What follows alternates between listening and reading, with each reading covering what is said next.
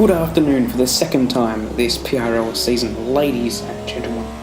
Welcome to a very wet qualifying session in Shanghai, China.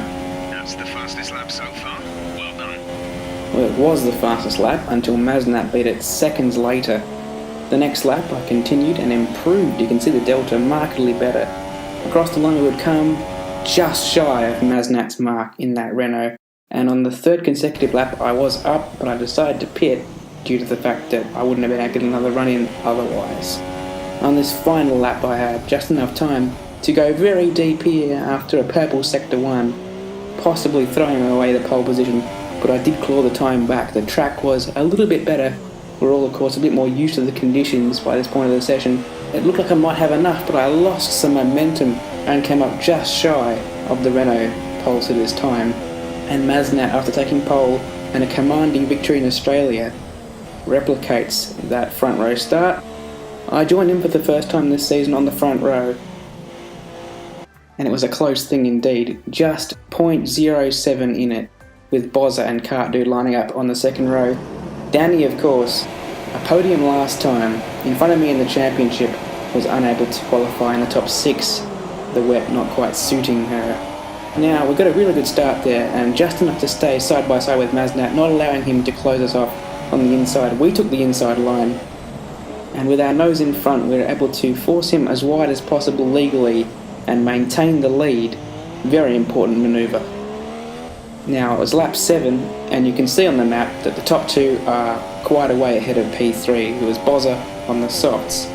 Talking of gaps though, there's not much of a gap between myself and Maznat, given that he's been following me this entire time and unable to get past. I think the maximum gap throughout the whole race is about 1.3 seconds, so that just goes to show how much of a defensive battle this was and how much pace Maznat had over me.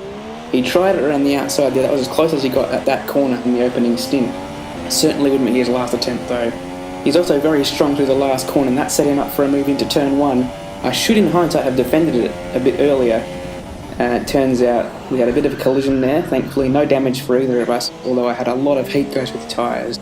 The combination of a little bit of lag we saw on his screen, it certainly seemed like he went in a bit late, but for him it would have seemed like I turned across. Last lap for our pit window. This time I learnt my lesson and stayed to the inside of the Renault driver. He got his nose alongside, but it wasn't enough. The inside line is always going to be better for turn 1 unless you have significantly different tyre wear. Anyhow, we maintain the lead. We think there's a viable strategy change available to us. Would you like to keep to the current plan or try the new one? Well, we're going to pit this lap.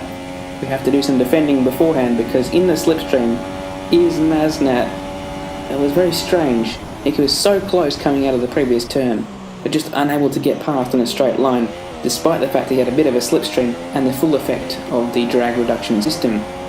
But it was time to pit. We would both in fact pit, and you can see on the map Bozza continues in P3. Into the pits we come. Line astern. Hopefully he won't jump us. That would be catastrophic. Any time he got in front would probably mean there was no getting back past. Okay, stay clear of the white line on the exit. You'll receive a penalty for dangerous driving if you cross over into the track. It was very important that we emerged in front of Wayno there. Obviously the teammates working well together. Look in the pits though, several cars. In fact, the only car not pitting yet at this point was Cart Dude, who went very long on those softs. Lap 15 now, and this was an incident which was reported to the stewards. Bit of a lock-up there from Maznat, and contact as well, prevented me from turning at full lock, and that in turn forced Maznat wide, and I got a penalty, 1 point penalty, for not allowing one car's width. You win some, you lose some. I think it's quite clear that the contact meant that I couldn't turn as much as I needed to, but that's how stewards' decisions go sometimes. Now, Cart Dude yet to pit. Very, very old softs, and I was trying hard not to run into the back of him and keep Maznat behind, who I just got out of DRS, but now is very much within it. As you can see, I didn't really want to pass Cart Dude before the DRS, because I would have been a sitting duck. I would also have been a sitting duck if I damaged any of my wing. So this was a key phase of the race to get by cleanly. You can see the traction advantage I have, and I think I'll be able to get past when the DRS is activated, or before it.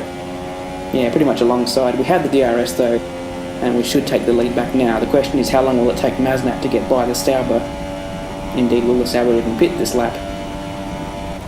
Turns out, if you look at the leaderboard, Maznat gets through at the very next corner, so there was not much of a hold-up for him. Indeed, by lap 19, the battle seemingly resumed. Same thing, into the penultimate turn, a bit of defending, no contact or an argy-bargy this time. And I have to say, it's very difficult to edit this down because there's so much action despite the lack of overtaking. I'd say it's one of the most entertaining races, certainly that I've had, that didn't give me 25 points. As you can see, Maznat attempting around the outside of one again. It almost comes off for him. I make sure to get in front before the left-hand section. Lap 21 now, into the hairpin, very close behind the number 53 driver. Very respectful driver. He's trying to get past very hard. This reminds me of the battle I had in the 100% ERL race at Japan with Stylen. I held him behind 35 laps, I think it was. But Maznat, not content with P2, he wants that double win to start the season. All over the back of me, look in the mirrors, when I look backwards, he's absolutely harassing me. I can't make a mistake. Any mistake and the opportunity at the win would be gone because he is so much quicker, and that's something I really have to work on for Bahrain.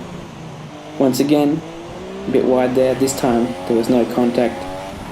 Lap 26, and he got down the inside this time. I didn't defend it because he was quite a far distance back and he wasn't able to effect a manoeuvre. However, very quick through the last turn this time, and I need to defend the inside hard. We've pretty much burned up our excess fuel. We'll be back on target soon. Don't wait too long to turn the engine down. Okay, distance to teammate, 47.8 seconds.